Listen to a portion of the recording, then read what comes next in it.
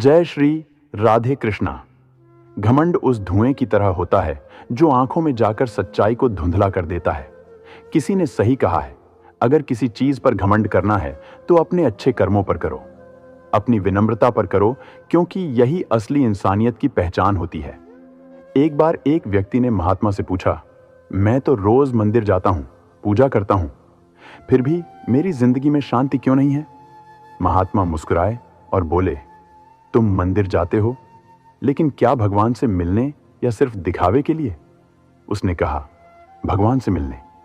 महात्मा बोले, तो फिर बाहर आने के बाद भी भगवान को साथ क्यों नहीं लाते?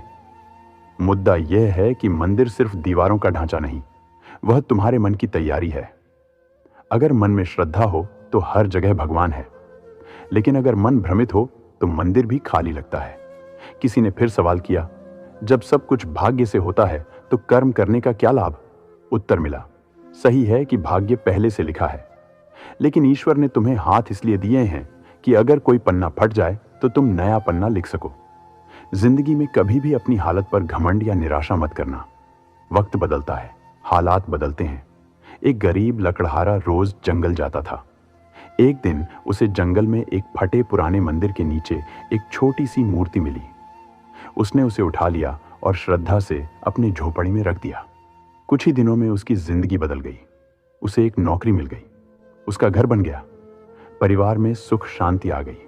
लोग पूछने लगे, तू तो साधारण इंसान था, यह सब कैसे हो गया? उसने सिर्फ इतना कहा, मैंने भगवान को नहीं बदला, मैंने खुद को बदल लिया। सच यही है, भगवान हर किसी के जीवन में आते हैं। फर्क बस इतना है कि कुछ लोग उन्हें पहचान लेते हैं और कुछ लोग उन्हें इग्नोर कर देते हैं। इसलिए घमंड नहीं विश्वास रखो, दिखावा नहीं भक्ति रखो। प्रार्थना सिर्फ होठों से नहीं दिल से करो, क्योंकि मंदिर वह जगह है जहां तुम अपने आप को खुद से जोड़ते हो और भगवान से मिलते हो। दोस्तों, कुछ लोग हर वक्त परेशान रहते हैं। एक वो जो हर बात पर हाँ कहते हैं, और दूसरे वो जो किसी की ना सुनना ही नहीं चाहते।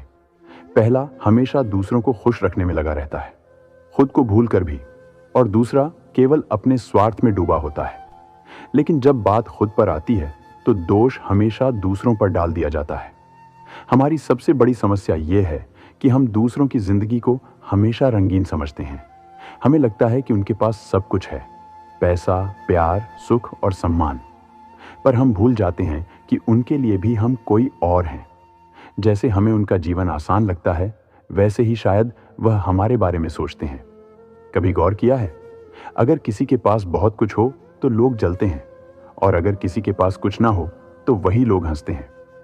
इस दुनिया में संतुलन की बात करना आसान है, लेकिन संतुलन बनाना बहुत मुश्किल। जब जिंदगी में सब कुछ बिखरने लगे, जब लगे कि अब कुछ भी नहीं बचा, तो समझिए कि वही पल आपकी नई शुरुआत का संकेत है। हर अंत के बाद एक नई सुबह होती है। भगवान श्री कृष्ण कहते हैं कि किसी इंसान को उसके एक दो गलत फैसलों के आधार पर हमेशा के लिए गलत ठहराना बुद्धिमान ही नहीं है। यह जीवन तप और आत्म संयम के जरिए ही आलोकित होता है। हालात और समय का स्वभाव है कि वह हर क्षण रूप बदलता है। इसलिए ना तो किसी की उपेक्षा करें और ना ही किसी को कमतर समझें। समय की गति अपार है, वह राजा को रंक और रंक को राजा बना सकता है। जैसे भोर का सूरज धीरे धीरे आसमान में चढ़ता है, वैसे ही मनुष्य का विकास भी समय और प्रयास से होता है। इस संसार में कुछ भी स्थायी नहीं होता। चाहे परेशानी कितनी भी गहरी हो, वह भी बीत ही जाती है। स्वयं को तनाव में डुबोने से समाधान नहीं मिलता, बल्कि मानसिक शांति और संतुलन से रास्ता निकलता है। दयालुता कोई विशेष कार्य नहीं, बल्कि एक जीवन का तरीका है जिसे अपनाना ही सच्चा धर्म है। मित्रों, भगवान श्री कृष्ण कहते हैं, एक सच्चा मित्र वह होता है जो आपकी पुरानी भूलों को क्षमा करता है, आपके कल में भरोसा रखता है और आज की आपकी सच्चाई को अपनाता है। मित्रता में असीम सामर्थ्य छिपा होता है। सुदामा ने कोई बल प्रयोग नहीं किया, फिर भी उनका स्नेह श्री कृष्ण को चरण धोने तक ले आया। जहां प्रेम होता है वहां जीत स्वाभाविक है। भगवान श्री कृष्ण यह भी कहते हैं, चिंता मत करो, चिंतन करो, क्योंकि चिंता तुम्हें भीतर से जलाती है, लेकिन चिंतन तुम्हें सत्य की ओर ले जाता है।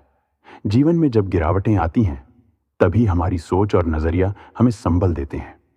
सकारात्मक मन, स्पष्ट लक्ष्य और नियमित ध्यान, ये ऐसे औजार हैं जिनसे हम हताशा की दीवारें तोड़ सकते हैं। जीवन रुकने का नाम नहीं, यह आगे बढ़ते जाने का रास्ता है।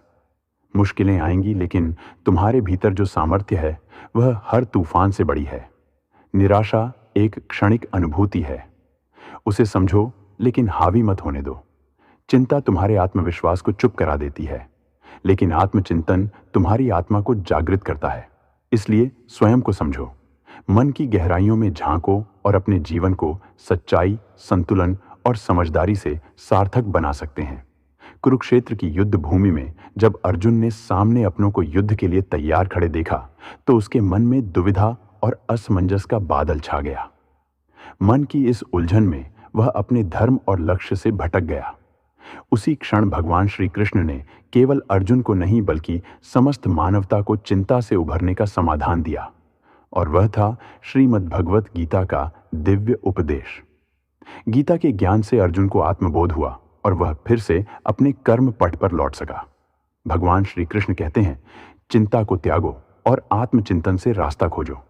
हर सुबह को एक अवसर मानो और आशा के साथ आगे बढ़ो।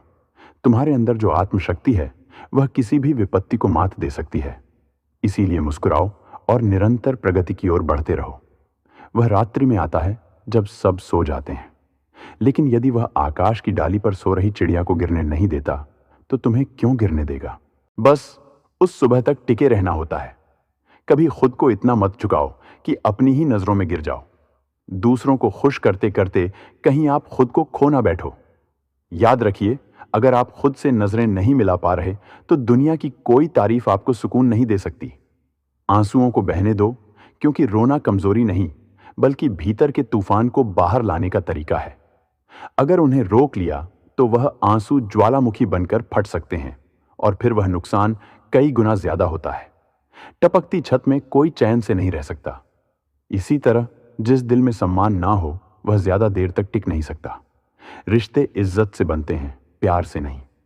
मित्रों, भगवान श्री कृष्ण ने गीता में कहा था, तारीफ हर किसी को चाहिए, मगर सच्ची तारीफ अक्सर झूठ में लिपटी होती है। लोग वही सुनना चाहते हैं जो उन्हें अच्छा लगे, चाहे वह सच हो या ना हो। और जो कड़वा सच बोल दे वह अपना होकर भी पराया बन जाता है। जिंदगी में मौज और सुकून दोनों की चाह होती है। मौज के लिए पैसा चाहिए और सुकून के लिए अपने लोग। पर आजकल हम मौज में इतने डूबे हैं कि सुकून का मतलब ही भूल गए हैं। कई बार जिन्हें हम अपना मानते हैं वही जख्म दे जाते हैं। जो सबसे ज्यादा करीब होते हैं वही सबसे ज्यादा दर्द देते हैं, क्योंकि उनकी बात दिल में लगती है, और जो बात दिल को चीर दे वह घाव बनकर रह जाती है। सम्मान देना यह हमारी आदत है, पर इसी आदत ने हमें सबसे ज्यादा चोट दी है, क्योंकि हर कोई उस सम्मान को समझ नहीं पाता। कुछ लोग उसे कमजोरी समझ लेते हैं और कुछ मौका। अगर आपके पास सब कुछ है फिर भी आप बेचैन हैं तो रुकिए, सोचिए, क्या आप अपनी जिंदगी खुद जी रहे हैं या किसी और की उम्मीदों पर? हम में से ज्यादातर लोग दूसरों की राय से इतने प्रभावित होते हैं कि अपनी सोच खो बैठते हैं।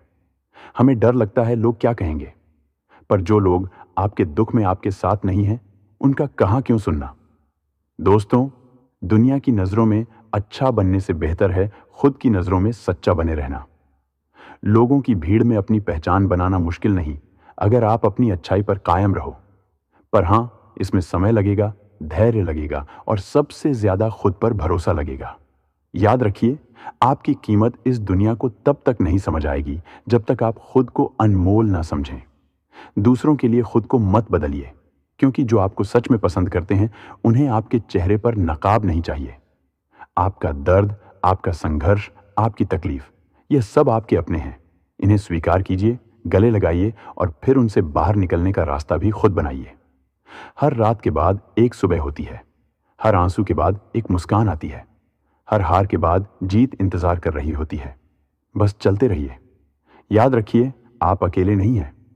हर कोई कहीं ना कहीं कुछ झेल रहा है। बस फर्क इतना है, कुछ मुस्कुराकर सह लेते हैं और कुछ चुपचाप टूट जाते हैं। अपने अंदर की आवाज को सुनिए, कभी कभी वही सबसे सच्ची सलाह होती है। और अंत में खुद से प्यार करना सीखिए, क्योंकि यही पहली और आखिरी सच्चाई है। आखिरी